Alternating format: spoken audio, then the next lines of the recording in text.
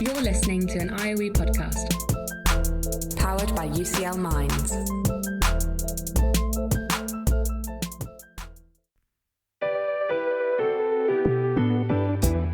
This is Research for the Real World. Conversations with researchers about the paths they've taken to shape our everyday lives.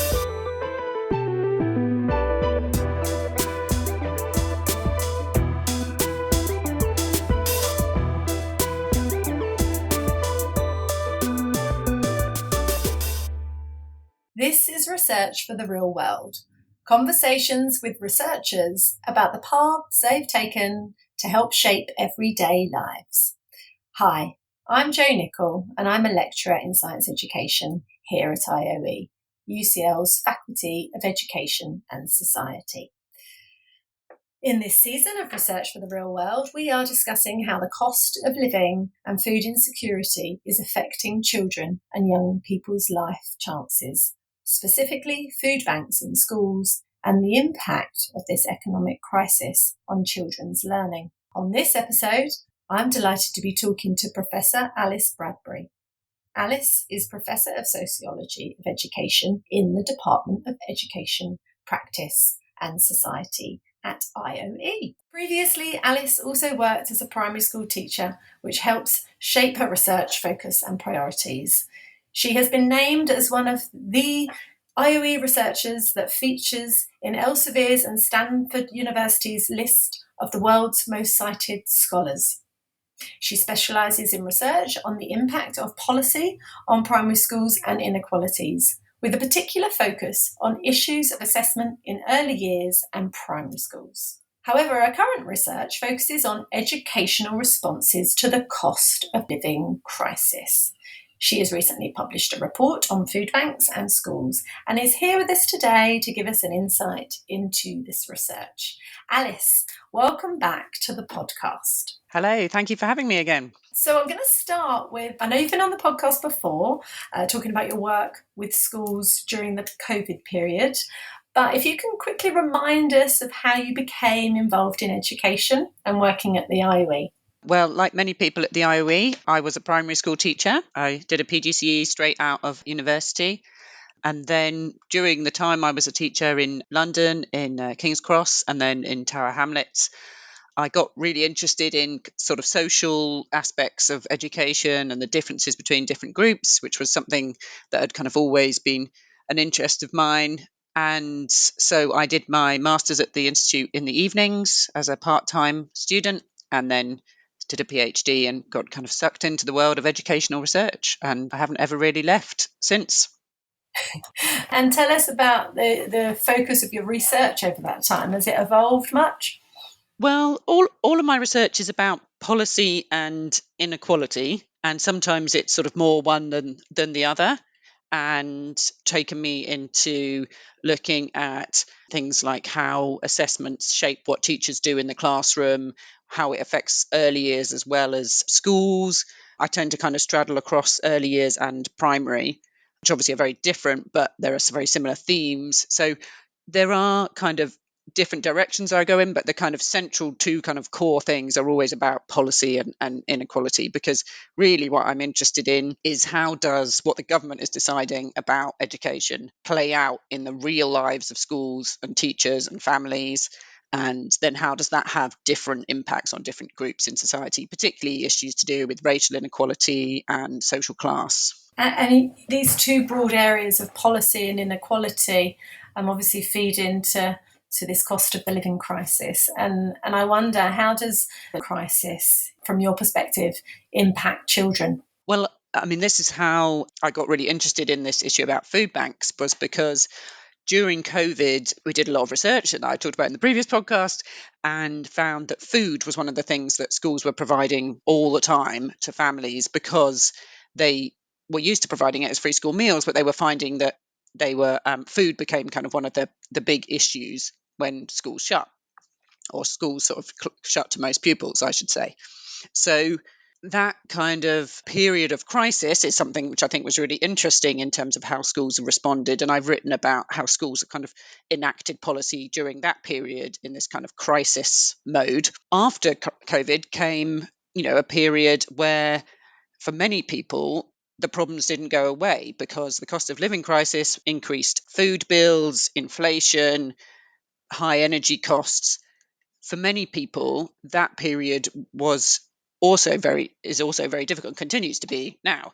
So, I was really, interested in how schools sort of stepped in during the COVID period, and then how they were continuing to step in afterwards. That the crisis in many places had not gone away in terms of providing food for children. So, we have a existing, huge amount of research about the impact of nutrition and hunger on children and their learning. We know that children learn better when they're not hungry.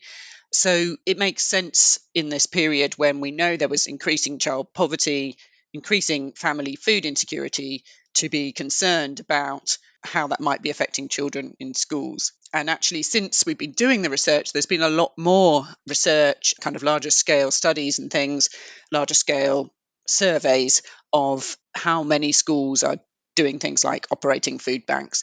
And a lot of that has shown it has really increased in the last couple of years. Wow. And how do these food banks in schools work? Well, with this project, we wanted to kind of look in depth. So we went to 6 schools around England to find out how it worked in their schools. And we spoke to the head and to other staff members involved and to teachers. We decided not to talk to parents because we didn't want to kind of further burden the users of the food bank with asking them to do interviews. So we talked to all of the staff. We wanted to know how it worked, who was doing it, how do they operate? And there is some variation, but in general, the kind of normal model is that the school gets food either from an organisation like FareShare or City Harvest or the Felix Project, who get food which was otherwise going to be thrown away from supermarkets and so on, and they give it to schools, they distribute it to schools. The school then puts it in a room and parents come in, usually one day a week, and pick up what they need. There are some variations in that in some schools they're not using those organisations, those food share organisations, but they're just doing it through donations and buying the food themselves. But that's the kind of general pattern. So parents are invited to come along if anyone knows that they are struggling, but also often the food bank is just advertised to parents in general so that they can use it if they are really struggling to buy food. Wow. How did the project come about? Well, following on from the COVID projects, I got some funding from the British Education Research Association to look into this phenomenon of food banks in schools. So with my research assistant, Sharon Vince, we embarked on this project, which was looking at 6 different schools, all of whom had food banks.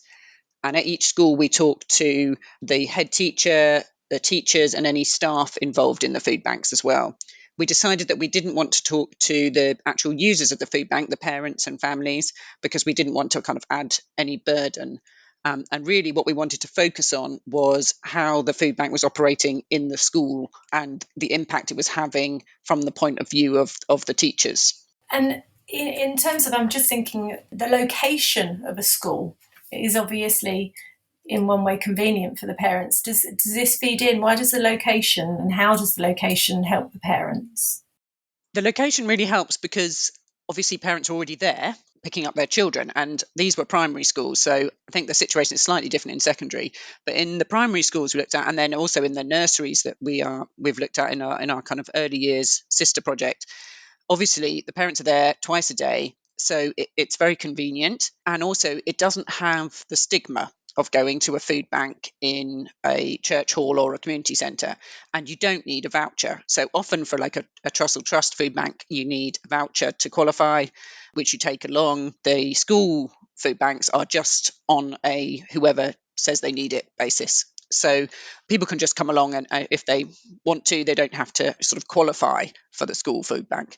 So that is a really important factor in allowing people who are food insecure to come and access food in a way that is not making them feel those feelings of stigma and shame, which the research about food banks in general shows is a huge barrier to people accessing food.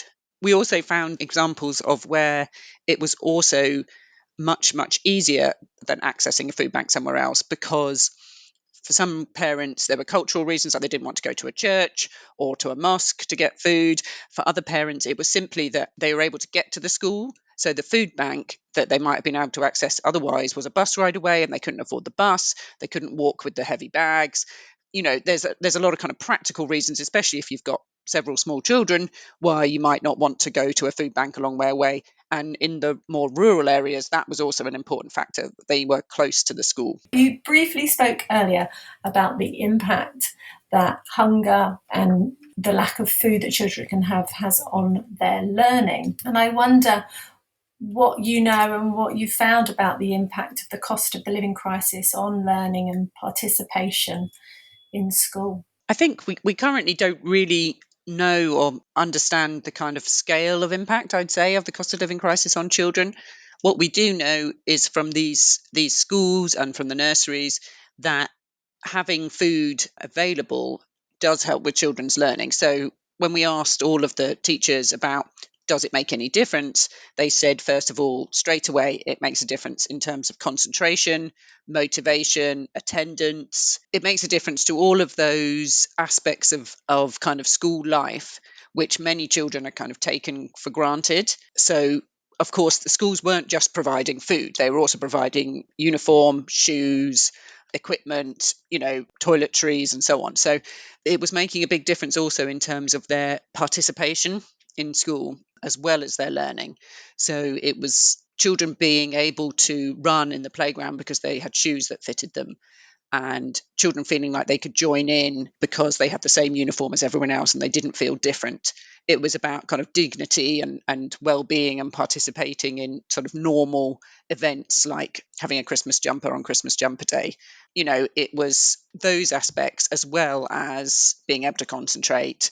And the other thing that came out quite clearly in terms of well-being was that children whose parents were accessing the food bank were also had higher well-being because their families aren't stressed. Their parents aren't worrying about where the next meal comes from. And so the child isn't worrying about their mum who's getting thin, or worrying about the little brothers and sisters having enough food. So then they could concentrate at school because they're generally much happier and more content. So it's got a very complex and kind of multifaceted impact actually on the child, where the parents are feeling more secure in terms of food. It just struck me there as being the burden that's on these children's shoulders sometimes. Hearing, I'm sure that some of these stories that you found out from the research, that thinking about seeing their mum get thin or worrying where their food's coming from. I think it's important to say that some of the findings, some of the interviews we had, some of the stories are really shocking and really upsetting, actually, hearing about families that are in have real financial difficulty, families that have been made homeless, families that are struggling with domestic violence and then ending up in temporary accommodation where they can't cook and they need to be supported in terms of food so that the children get an evening meal. All of these stories are really upsetting. And I think underlying this, we have to remember that there is a huge social problem, which is children living in poverty, which we shouldn't normalize. This is one of the things I want to do with this research, is draw attention to how much schools are doing to cope with a problem which ought to be fixed. Shouldn't be their problem. Yes. Okay, so what you say there that the schools have been doing a lot of the work here. What kind of work is being done by the schools to help with this? Well, it takes up quite a lot of time and energy, obviously, because a member of staff, and usually that there's one member of staff who tends to be running the whole thing. A member of staff has to organise the deliveries, find the food, move the food into whatever kind of location. You need a room which parents can access safely. You need fridge, you need shelving. There's a huge amount of kind of resource that has to go into this. And in some cases, of course, you have to also pay for the food and pay for the delivery. So there is a huge kind of financial and time input from the schools. And in some cases, as well as the food bank, we found head teachers who were spending, huge amounts of time on kind of welfare related work, finding families places to stay, or allowing them to paying for a bus pass so that the children could get to school. There's a huge amount of work being done accessing grants and finding these companies that will give you free breakfasts for your school pupils. There's a huge amount of work being done in order to keep this provision going and to make sure it's there for these families, because all the schools were really acutely aware how precarious some of this was and how vulnerable the families would be if it got taken away. So they were all working really hard, often spending like a good chunk of time doing all of this kind of propping up the welfare state. Did you get a sense from the head teachers the level of how this is impacting on their daily duties of being a head teacher at all? Yeah, so for these head teachers, it was often a really significant thing. They were spending a lot of time dealing with issues caused by, well, not just the cost of living crisis, but by disadvantage and deprivation amongst their pupils.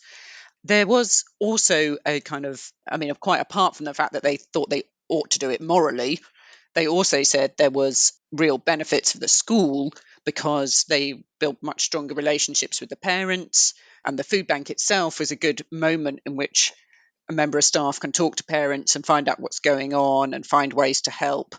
So there were kind of advantages for the school, not just for the children being happier, but also in terms of building those relationships.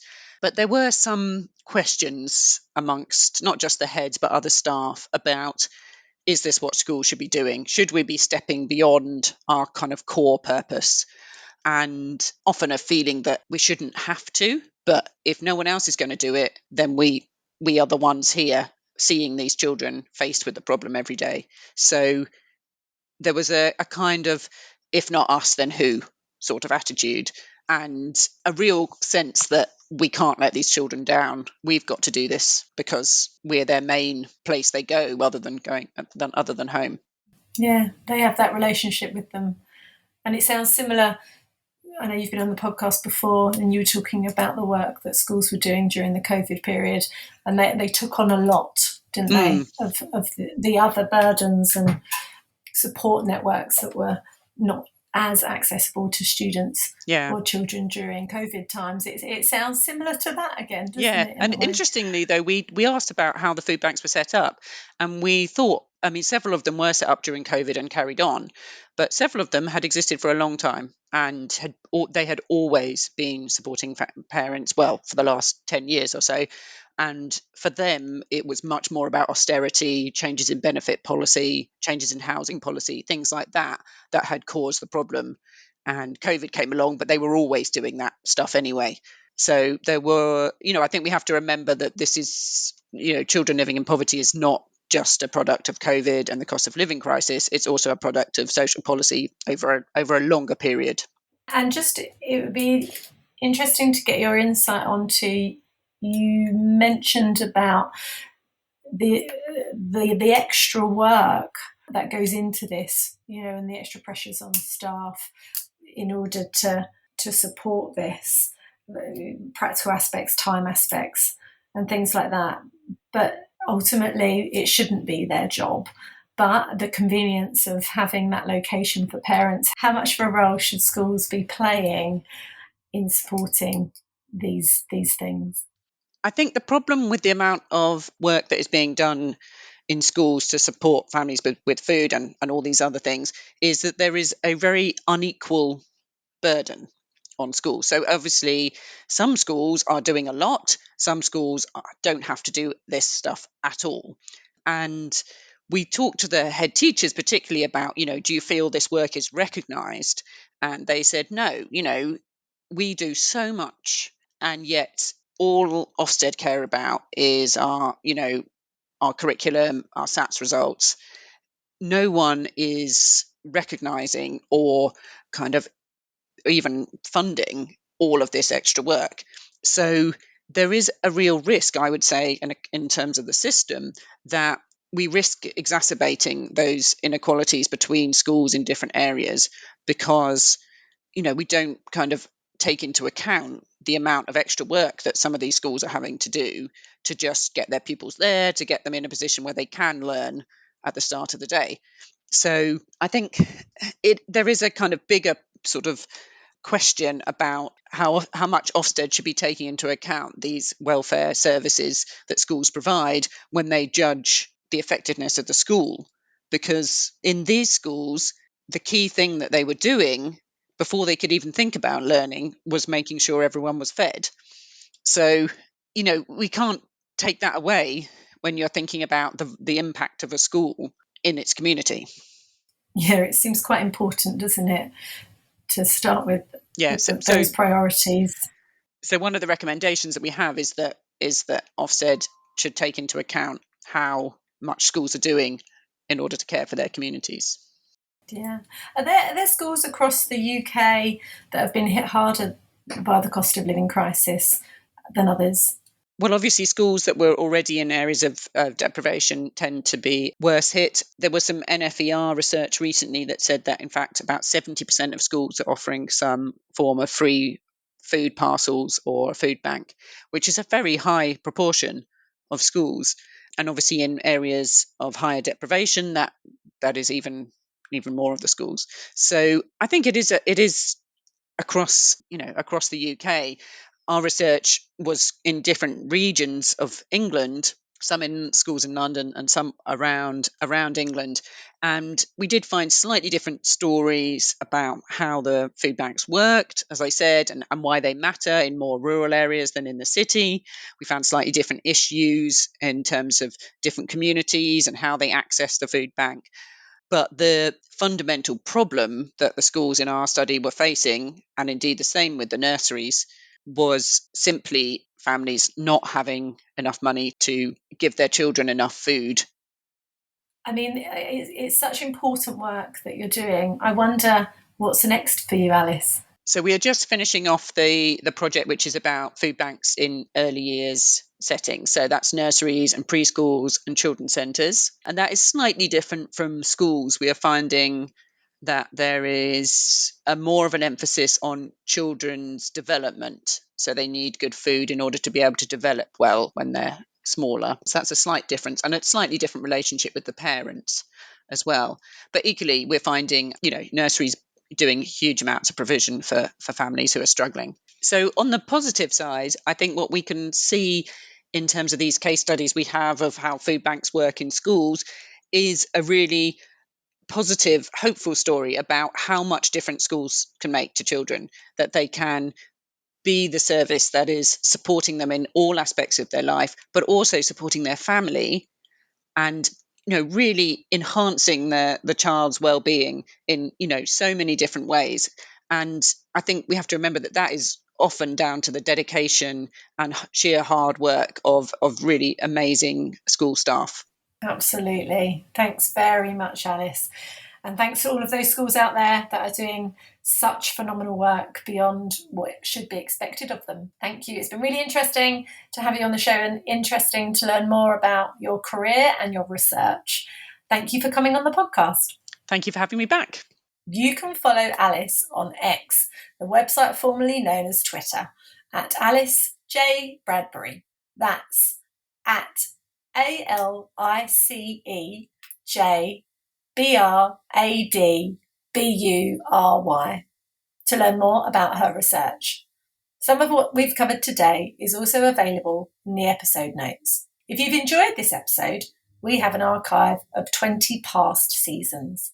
Search IOE Podcast from wherever you get your podcasts to find episodes of Research for the Real World, as well as more podcasts from IOE. Oh, and a quick favour before you go. If you're listening on Apple Podcasts or Spotify, we'd really appreciate it if you could give the IOE podcast a rating. 5 stars would be nice if you're enjoying the show. And that will help us to reach more people who are interested in hearing about such important work. I'm Jo. Thanks for listening. Research for the Real World is produced by IOE Marketing and Communications and IOE Research Development. The theme music was created by Rob Cochran. Tatiana Sotero Diaz is the series advisor, Amy Leibowitz is the series producer, and Jason Ilagan is the executive producer of the IOE podcast.